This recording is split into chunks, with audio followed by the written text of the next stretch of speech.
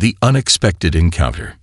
In the heart of Millbrook, a town where kindness often blossomed in the most unexpected places, a young boy named Jordan Carter lived a life that might have seemed simple from the outside, but was rich with quiet purpose. At just 12 years old, Jordan had earned a reputation around town for his incredible skill with repairs. Whether it was fixing a neighbor's rusty bike, adjusting a squeaky hinge, or bringing an old radio back to life, Jordan's nimble hands had a gift for restoring things to their former glory. His love for problem-solving had turned his modest home on Maple Street into a makeshift workshop, where the scent of oil and metal mingled with the warmth of his mother's cooking. Jordan's mother, Lisa, was a single parent who worked tirelessly to ensure that despite their humble means, Jordan never felt the weight of what they lacked. They lived in a small two-bedroom house on the edge of town, far from the grandeur of Oak Avenue, where the wealthiest residents resided. But in their home, there was always laughter, love, and the satisfaction of hard-earned achievements. Lisa often marveled at how her son seemed to be able to fix anything, except, of course, for the brokenness that sometimes came from being treated differently because of the color of his skin. Yet Jordan had an unshakable spirit, always finding joy in his work and happiness in helping others.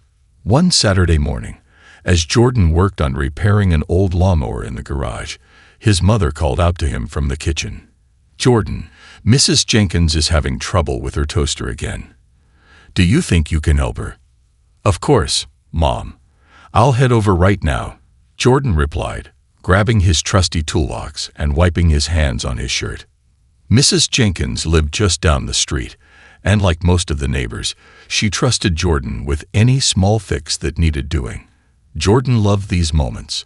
It wasn't just about the work. It was the connection with the people, the smiles of gratitude he would receive. There was something special about being able to take something broken and make it whole again.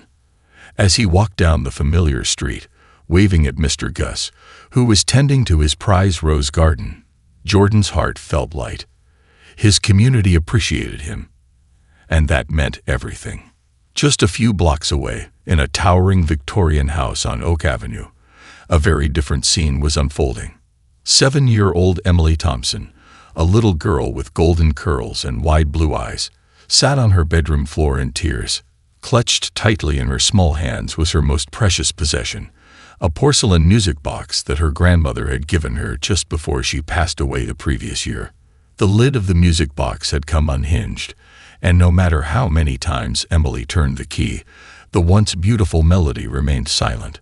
Her mother, Amelia, knelt beside her, trying to console her daughter. "Oh, sweetie, we'll figure something out," Amelia said softly, stroking Emily's hair. Emily's sobs quieted but didn't stop. The music box wasn't just a toy. It was the last tangible memory of her grandmother. To her, it was as if the music had been silenced forever.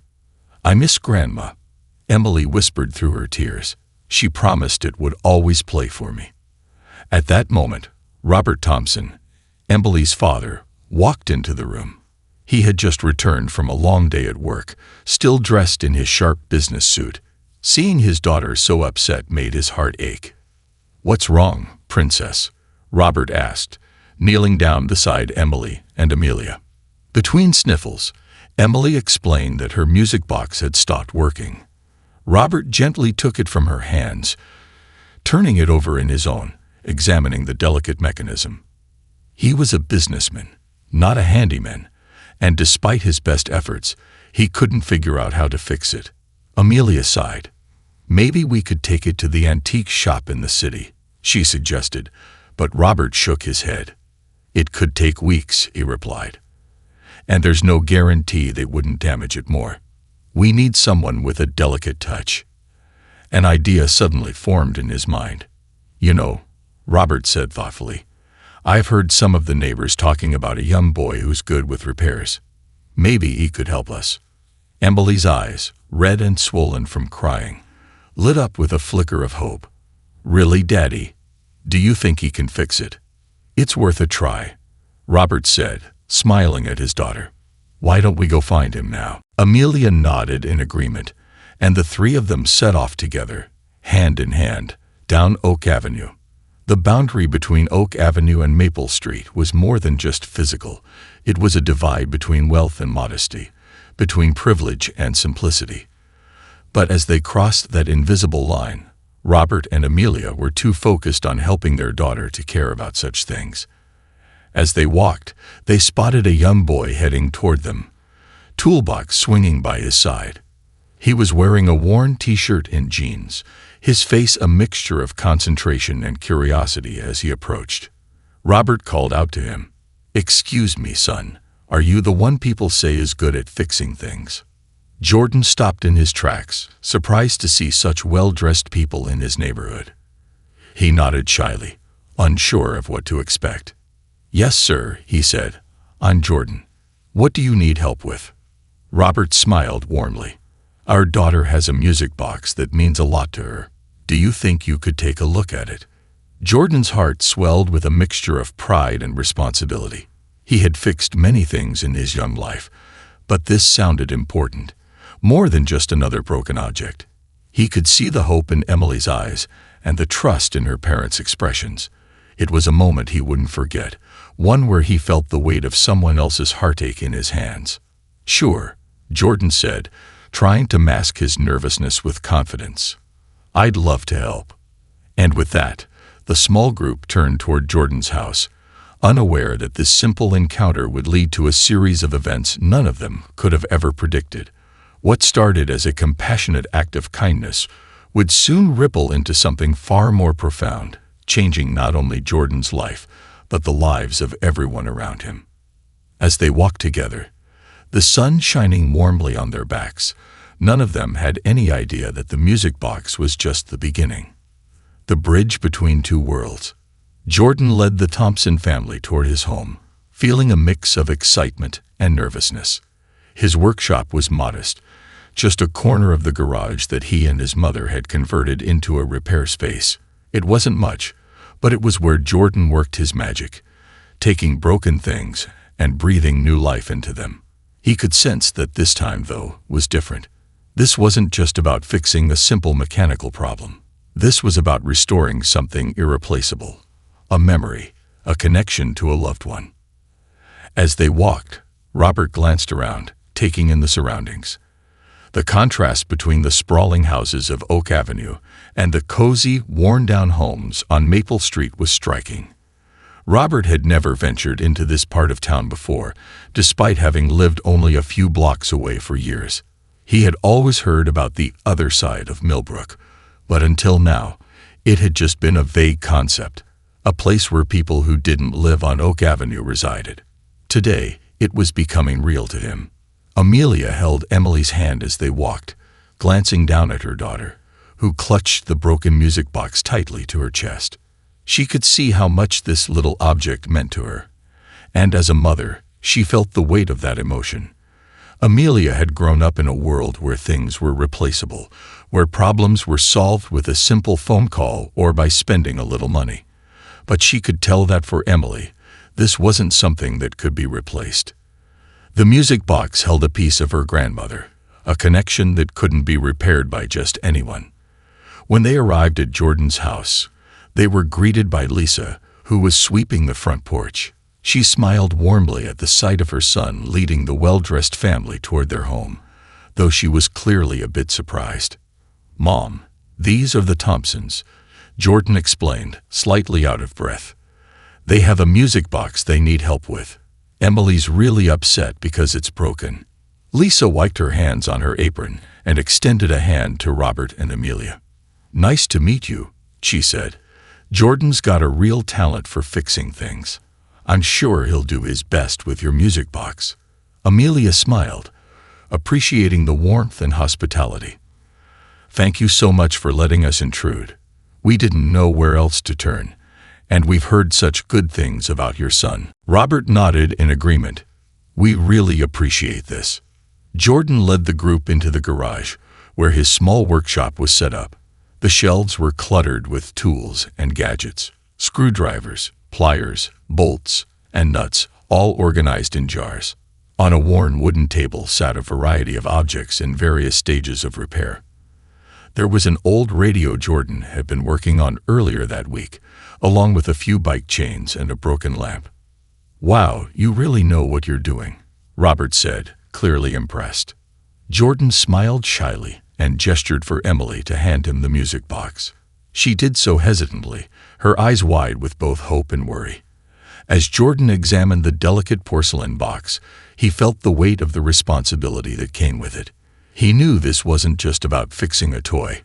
This was about bringing something deeply meaningful back to life.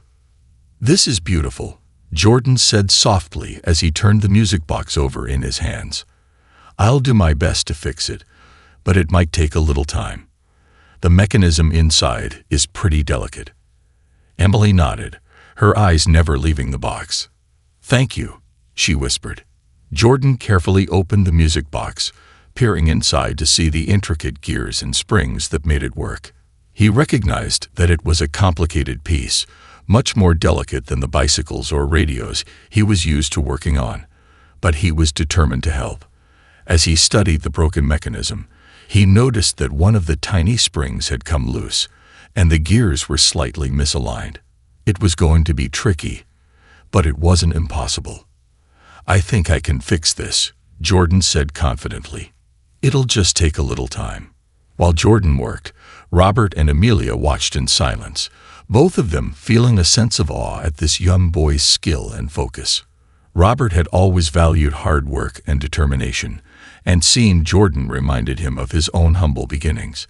He had grown up in a small town, working odd jobs as a teenager to help his family.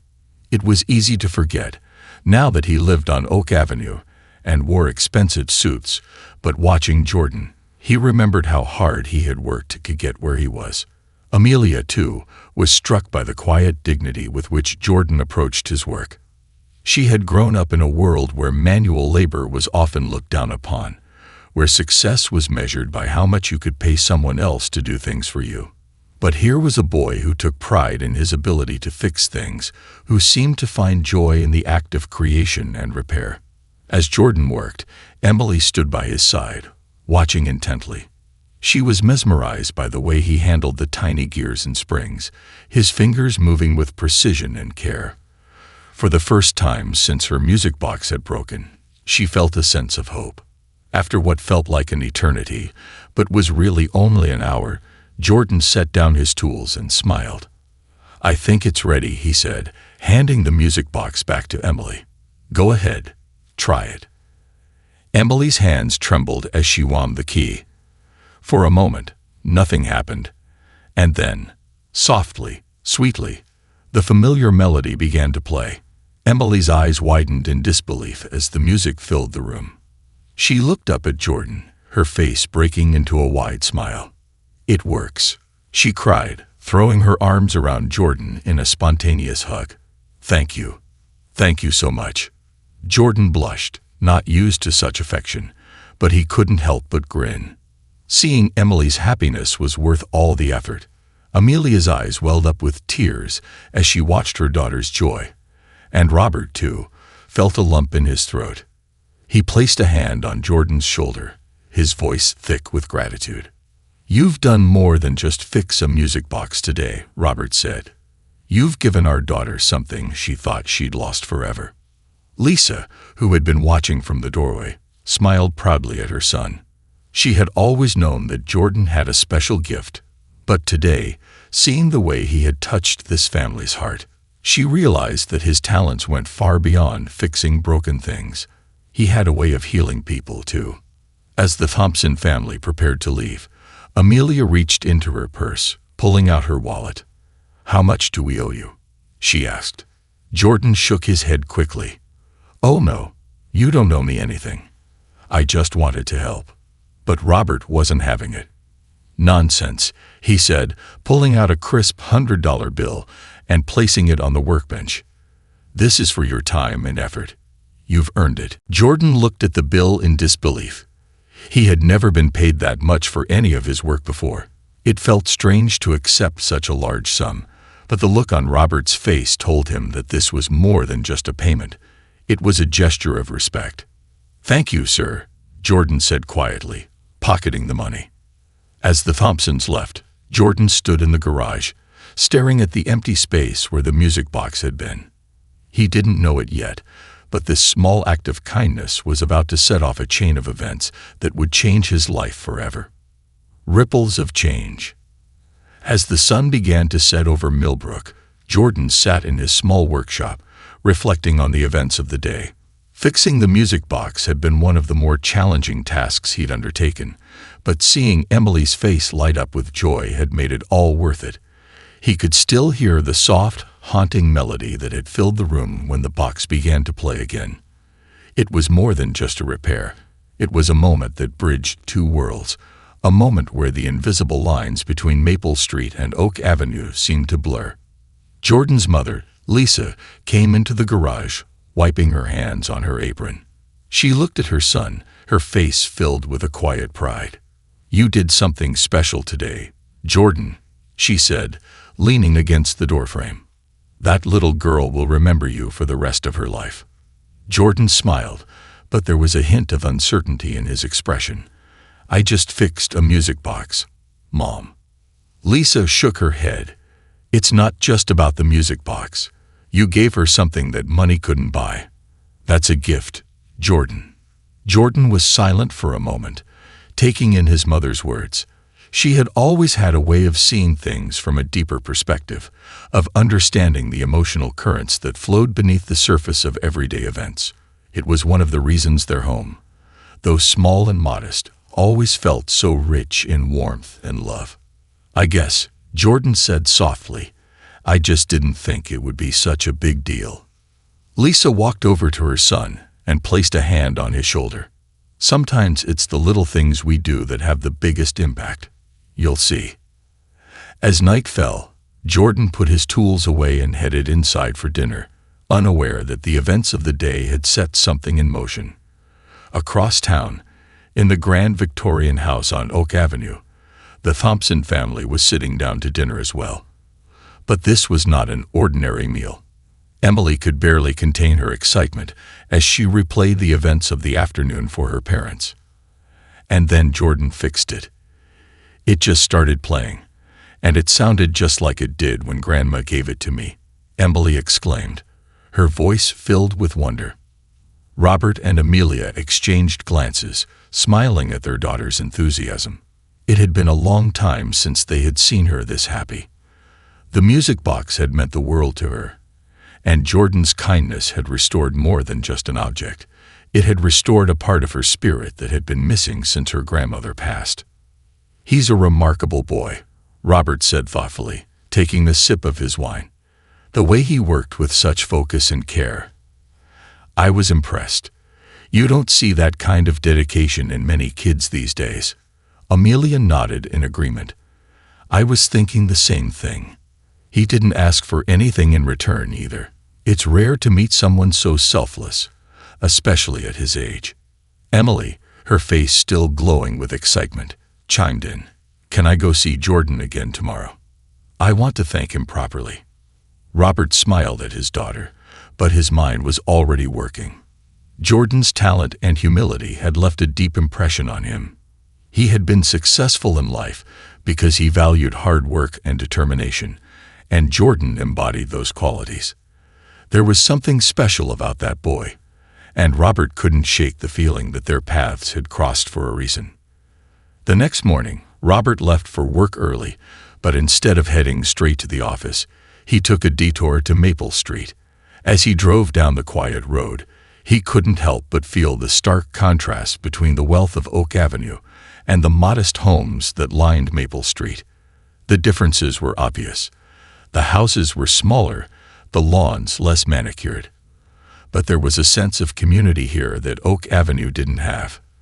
When he arrived at Jordan's house, Robert parked his car and knocked on the front door. Lisa answered, surprised to see the man who had been at their home the day before. "Mr. Thompson," she greeted him politely. "Is everything okay?" Robert smiled warmly. "Everything's fine, Mrs. Carter. I actually came to speak with Jordan, if he's available." Lisa looked over her shoulder and called out for her son. A moment later, Jordan appeared at the door, wiping his hands on a rag. He looked surprised to see Robert standing on his porch. "Good morning, Jordan," Robert said, extending his hand. "I wanted to thank you again for what you did yesterday.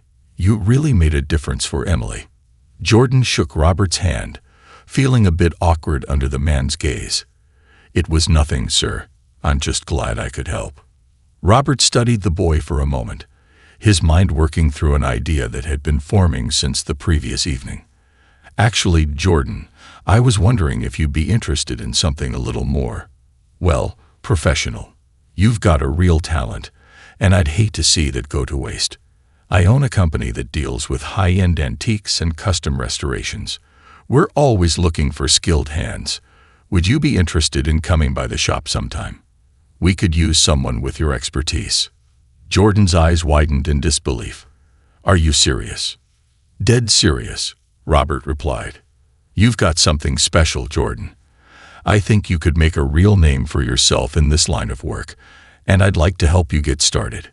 Lisa, who had been listening quietly from the doorway, felt her heart swell with pride. This was an incredible opportunity for her son, something she had always dreamed of for him, but never thought would come so soon. She knew Jordan had the potential to do great things, but the world didn't always give kids like him the chances they deserved. Jordan hesitated for a moment, unsure of what to say. It was a lot to take in, and the thought of working in a professional setting was both exciting and intimidating. But he also knew this was a chance he couldn't pass up. "I'd love to, Mr. Thompson," Jordan said, finally finding his voice. "I'd love to learn more and help out however I can." Robert smiled, clearly pleased with Jordan's response. "That's great to hear, Jordan. I'll have my assistant give you a call to set up a time for you to come by the shop. We'll start slow, but I think you'll find the work rewarding." With that, Robert left, leaving Jordan and Lisa standing in the doorway, processing what had just happened. As Robert's car disappeared down the street, Lisa turned to her son, her eyes shining with pride. "You see, Jordan," she said softly, "you never know where kindness will take you." Jordan nodded, still in shock. The idea of working in a professional restoration shop had never crossed his mind before, but now that the opportunity was in front of him, he couldn't help but feel a surge of excitement. Maybe his knack for fixing things was more than just a hobby. Maybe it was the beginning of something much bigger. That evening after dinner, Jordan sat on the porch, looking out at the sunset. The world felt different now, full of possibilities he had never considered before. He had always been content with his life on Maple Street, but now there was a new horizon in front of him, one filled with potential. Meanwhile, across town, Robert sat in his office, reviewing files and making phone calls, but his thoughts kept drifting back to Jordan. There was something about the boy that had struck a chord with him. He had seen many people come and go in his business, people who were talented but lacked the drive, or people who were hardworking but lacked the skills. Jordan, however, had both. Robert had a feeling that this boy, with the right guidance, could achieve great things. As the day turned to night, neither Jordan nor Robert could have predicted how far their partnership would take them. What had started as a small act of kindness, a boy fixing a little girl's broken music box, was about to set off a chain of events that would change both of their lives in ways they couldn't yet imagine. A new chapter begins. The next few days felt like a whirlwind for Jordan. He tried to keep his life as normal as possible, continuing to help the neighbors with their small repairs and running errands for his mom. But the thought of his upcoming visit to Robert Thompson's shop filled his mind with both excitement and nervous anticipation. He had never imagined that his hobby, the simple joy of fixing things, could lead to something so grand.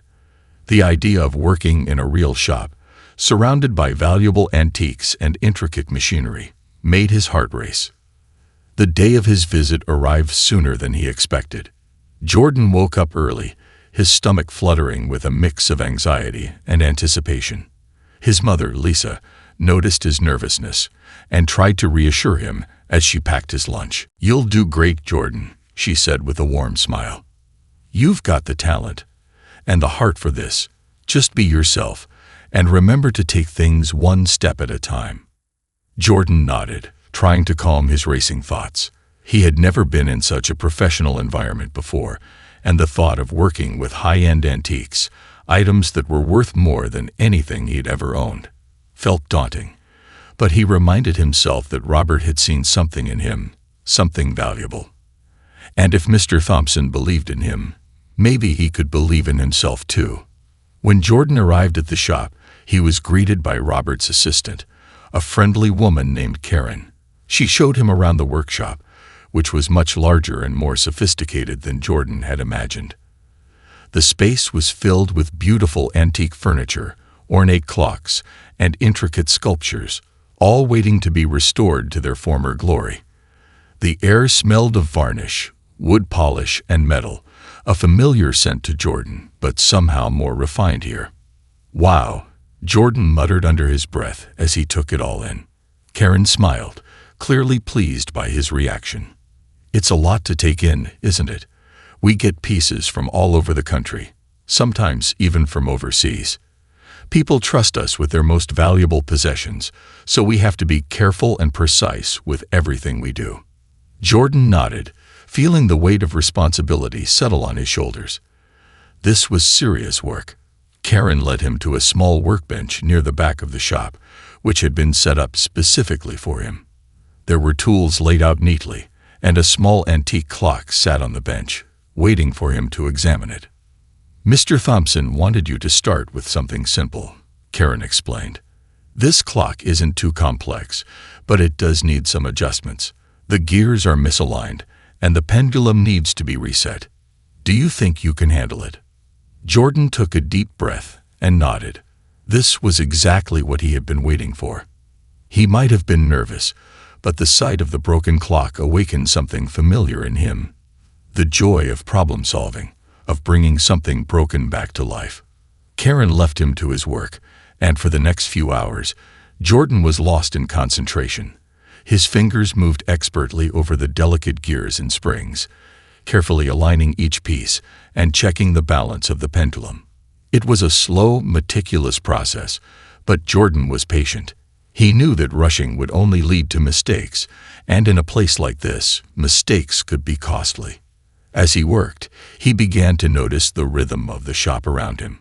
Other workers moved quietly through the space, each focused on their own projects.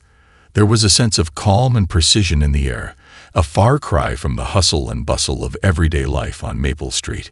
Here, everything had a purpose. Every movement was deliberate. After a few hours, Jordan finally stepped back and examined the clock. It looked perfect, but the true test would come when he wound it up. He hesitated for a moment, his fingers hovering over the winding key, then turned it gently. The soft ticking of the clock filled the air, steady and rhythmic. Jordan grinned. He had done it. Just as he was admiring his work, Robert walked into the workshop. He approached Jordan's bench, a pleased smile spreading across his face as he saw the boy's success. "I see you've been busy," Robert said, inspecting the clock with an appraising eye. "That's excellent work, Jordan. How did it feel, working on something like this?"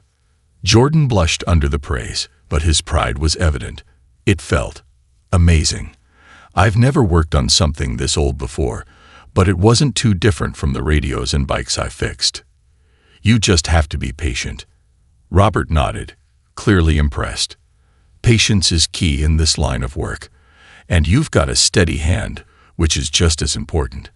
I think you're going to fit in here just fine.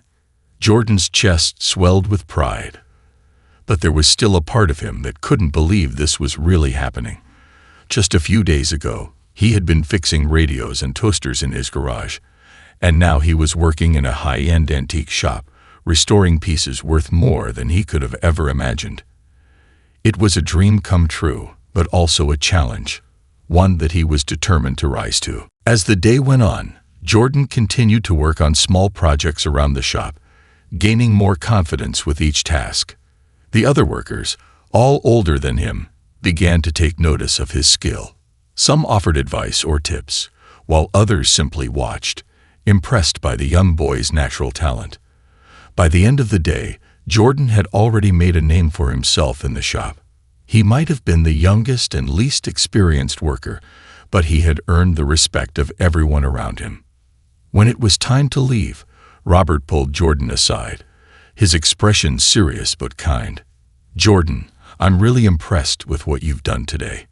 You've got a real gift, and I'd like to offer you something more permanent. If you're interested, I'd like you to come work here on a regular basis.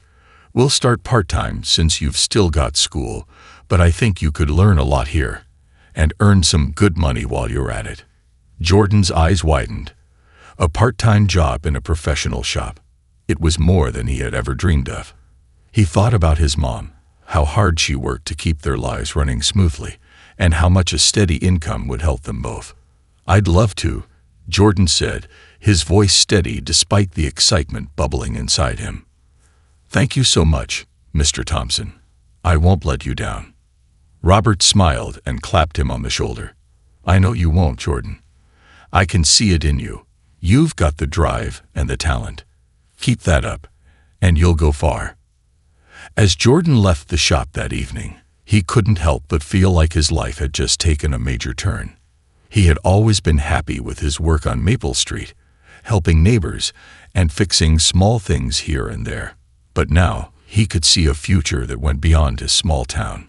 Maybe one day he'd have his own shop, restoring antiques and helping people preserve their memories. The possibilities seemed endless, and for the first time, Jordan felt like he was on the path to something truly great. When he got home, his mother was waiting for him in the kitchen, a hopeful look on her face. "How did it go, honey?" she asked, her voice filled with anticipation. Jordan grinned, unable to contain his excitement. "It was amazing, Mom. Mr. Thompson offered me a part-time job at the shop. Can you believe it?" Lisa's eyes filled with tears of pride. "Oh, Jordan, that's incredible. I knew you could do it." Jordan hugged his mother tightly, feeling the warmth of her embrace. "It's all because of you, Mom. You've always believed in me." Lisa kissed the top of his head and smiled. "You're going to do great things, Jordan. I've always known that." As they sat down to dinner, Jordan couldn't stop thinking about the future. For the first time in his life, he felt like the world was opening up before him. And all of it had started with a simple act of kindness, a small gesture that had changed everything. But little did Jordan know, this was just the beginning. His new job at the shop would bring opportunities and challenges he never could have imagined. And as he grew into his new role, he would soon discover that the world of antiques and restorations held secrets that would not only test his skills, but change the course of his life in ways he couldn't yet understand. Unseen opportunities. The weeks that followed Jordan's first day at Robert Thompson's antique shop flew by in a blur of excitement and hard work. Each time he stepped through the shop's doors, the familiar scent of varnish, metal polish, and aged wood filled his senses, welcoming him into a world that had quickly become his second home. Jordan spent his afternoons there after school, learning everything he could about the delicate art of restoration. From repairing intricate clockwork mechanisms to restoring the fine details of antique furniture, Jordan's skills grew with each passing day. The shop was more than just a place of business. It was a sanctuary for history, filled with objects that had once meant the world to someone. Each piece told a story, and Jordan found himself drawn to those stories as much as the work itself. He loved the idea that he was not just fixing broken things, but preserving memories, giving life back to the past. He often wondered about the people who had owned these items, the hands that had once touched them, the lives they had been part of. This deeper connection made the work even more meaningful to him. One afternoon, as Jordan was meticulously polishing an old brass telescope that had come into the shop, Robert approached him with a serious expression. Jordan, focused on his task, didn't notice until Robert cleared his throat. "Jordan," Robert began, "I've been meaning to talk to you about something. There's an opportunity that's come up, and I think you're the right person for it." Jordan set down the cloth he was using and looked up, his brow furrowed with curiosity. "What kind of opportunity?" Robert gestured for him to follow, leading him to the back of the shop, where a large ornate chest sat under a heavy cloth. Jordan hadn't noticed it before, but as Robert pulled the cloth away, Jordan's eyes widened at the sight of the chest. It was a masterpiece of craftsmanship, with intricate carvings along its edges and brass hinges that gleamed in the light. "This," Robert said, his voice low and reverent, "is a very special piece. It came into the shop last week from an estate sale. It's been in the same family for over 200 years. Apparently, it was passed down from generation to generation. But after the last member of the family passed, the Hares decided to sell it.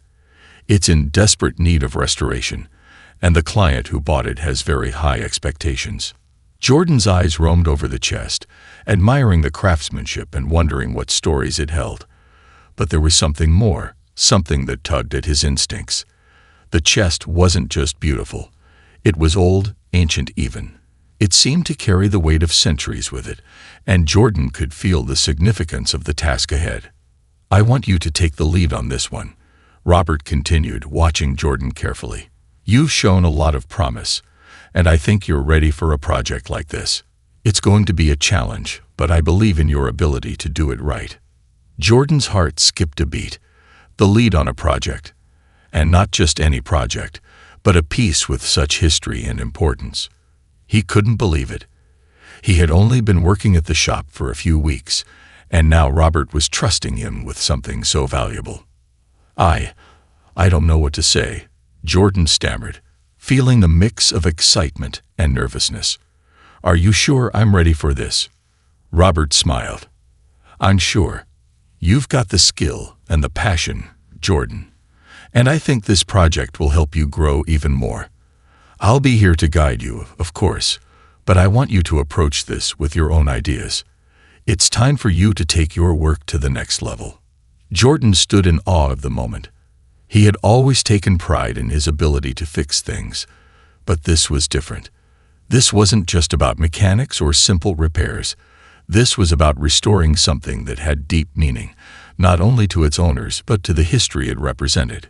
He felt a weight settle on his shoulders, but it was a weight he was ready to carry. For the next several days, Jordan threw himself into the project. He studied the chest closely, examining every detail of its construction and the damage it had sustained over the years. The wood was dry and cracked in places, and the ornate carvings had faded with age. The brass hinges, once polished to a shine, were now tarnished and rusted. But Jordan saw beyond the damage. He could envision what the chest had looked like in its prime, and his goal was to bring it back to that state. As he worked, Robert gave him more freedom than he'd ever had before, allowing Jordan to make decisions about how to approach the restoration. Jordan researched techniques for restoring antique wood and brass, learning about different oils, polishes, and methods used by master craftsmen of the past. He spent hours sanding and refinishing the surface, carefully restoring the carved details with the smallest of tools. The work was tedious, but Jordan loved every minute of it. There was something meditative about it, something that made him feel connected to the past in a way he had never experienced before. As the restoration progressed, word spread through the shop about Jordan's project. The other workers, some of whom had been skeptical of the young boy's talents at first, now came by to watch his progress, offering advice or simply admiring his work. Jordan could sense a shift in their attitudes toward him. He was no longer just the kid who helped with small repairs. He was earning their respect as a craftsman in his own right. One evening, after a long day of work, Jordan stayed late at the shop to finish polishing the chest's brass fittings. The shop was quiet, and the soft hum of the clock on the wall was the only sound. Jordan wiped the sweat from his brow and stepped back to admire his progress. The chest gleamed in the dim light, its once faded carvings now sharp and defined. The brass fittings shone like new, and the wood had regained its rich, deep color. As he stood there, a strange feeling washed over him, an almost eerie sense of connection to the object he had spent so much time restoring. He couldn't quite explain it, but it was as if the chest itself was alive in some way, as if it held secrets that had yet to be uncovered. Jordan shook off the thought, telling himself it was just his tired mind playing tricks on him. But as he prepared to leave for the night, something unexpected happened. Jordan heard a faint creak, followed by a soft metallic click. He turned around just in time to see the chest's lid move slightly, as if it had been opened from within. Jordan froze, his heart pounding in his chest. The shop was empty. He was sure of it. He cautiously approached the chest, his hands trembling as he reached for the lid. It hadn't been fully opened, just enough to reveal a small gap. Jordan hesitated for a moment, then slowly lifted the lid the rest of the way. Inside, nestled in the corner of the chest, was an envelope, yellowed with age and sealed with an old wax stamp. Jordan's breath caught in his throat. He had examined the chest thoroughly during the restoration process, and he was certain there had been nothing inside. How had this envelope appeared now? His curiosity piqued. Jordan carefully removed the envelope and examined it. The wax seal bore an unfamiliar crest, and the paper was brittle under his fingers. The envelope had no address or markings, just the seal and the faint scent of old parchment. For a moment, Jordan considered leaving it alone, waiting until Robert returned the next day. But something told him that this was part of the chest's mystery, part of the history he had been tasked with uncovering. Slowly, he broke the seal and pulled out the letter inside. The paper was fragile, the ink faded, but as Jordan read the words, his eyes widened in disbelief. The letter wasn't just a part of the chest's history, it was a revelation. It spoke of a hidden legacy, a treasure passed down through generations, and a secret that had remained buried for centuries. Jordan's hands shook as he read the final lines. The chest wasn't just a piece of history, it was a key to something much bigger, something that could change everything. Suddenly, Jordan realized that this restoration project wasn't just about repairing an old chest. It was about uncovering a story that had been hidden for generations. And now, that story was in his hands. Unraveling the mystery. Jordan stood in the dimly lit workshop, the letter trembling in his hands as the enormity of what he had just uncovered settled over him like a weight. The ancient chest, with its ornate carvings and brass fittings, had held more than just history. It had concealed a secret that had been buried for centuries. The words on the fragile paper revealed a story of hidden wealth, forgotten legacies, and a family fortune lost to time. But most of all, the letter spoke of a key that unlocked something far greater than Jordan had ever imagined. He stared at the letter, his mind racing as he tried to make sense of it all. The letter, though faded and brittle, was written in elegant cursive, its ink bleeding in places where time had worn the parchment thin. The words hinted at a treasure, a legacy passed down through generations of the chest's owners, and it spoke of a guardian tasked with protecting the family's greatest secret. Jordan's heart raced as he reread the final lines. To whomever finds this chest, know that its true worth is not in its craftsmanship, but in the secret it protects. Guard it well, for within lies the key to a treasure that has remained hidden from the world. Follow the path laid out by the one who came before, and you shall unlock the fortune of your ancestors. The words felt heavy, laden with meaning far beyond anything Jordan had ever encountered. Treasure, hidden fortune, guardian. It sounded like something out of a book or a movie. Yet here it was, written in black and white, a relic of a time long past. Jordan's hand shook as he folded the letter back into the envelope. What did this mean? Was there really a treasure connected to the chest he had just restored? He looked at the chest again, this time with new eyes. No longer was it just a beautiful piece of furniture. It was a puzzle, a clue, part of a story that was still unfolding. The craftsmanship, the carvings, the brass fittings, it all seemed to take on a new significance. Jordan ran his fingers along the intricate designs, wondering if they held clues he had missed. The chest had been in his care for weeks, yet now it felt like he had barely scratched the surface of its mysteries. His mind raced with questions. Should he tell Robert about the letter? Should he keep it a secret? What if the letter was just an old family legend, something meant to entertain or intrigue the chest's original owners? But the more Jordan thought about it, the more he realized that this was no ordinary letter. It wasn't a simple family story or a forgotten note. The way it had been hidden, the urgency of the words, the very fact that it had appeared so mysteriously, everything about it told him that this was something real, something important. Jordan spent the rest of the night thinking about the letter and the chest. He knew he couldn't ignore what he had found, but he also knew he had to be careful. If the letter was true, if there really was a hidden treasure connected to this chest, then he was now part of something much larger than he could have ever imagined. The next morning, Jordan returned to the shop, the envelope tucked securely in his backpack. He hadn't told his mother about the letter. He didn't want to worry her until he knew more. As he walked through the quiet streets of Millbrook, he felt the weight of the secret pressing down on him. What should he do next?